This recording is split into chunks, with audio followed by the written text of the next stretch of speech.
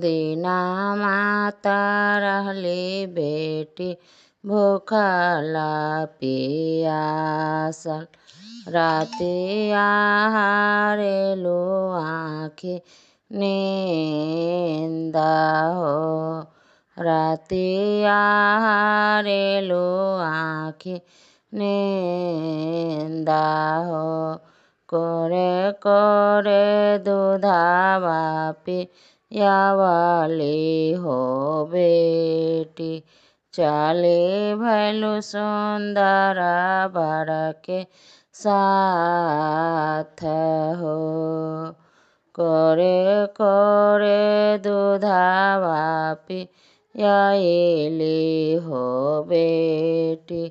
पुत्र से अधिक दुलार हो। जानते रहलु मामी पराया घरे जइतै। काहे कैलु एतना दुलार हो।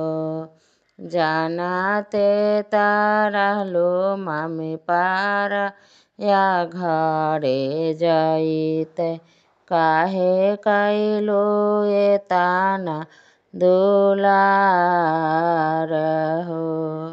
कौने निरमहिया रामा हरियर बाँस कटावलन। रामा हरियर बाँस कटावलन।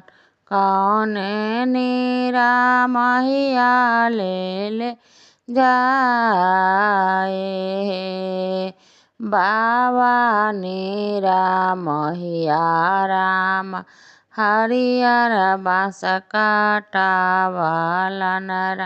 हरियर बाँस कटावलन।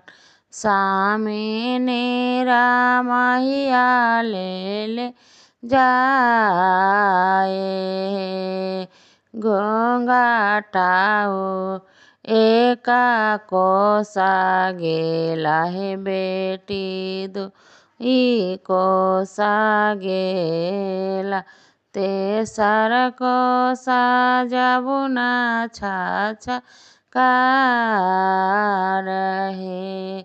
घूंघटा उठाई बा देखलन दुलराई तो बेटी। छूटल जाई मामी पापा केरा आज हे।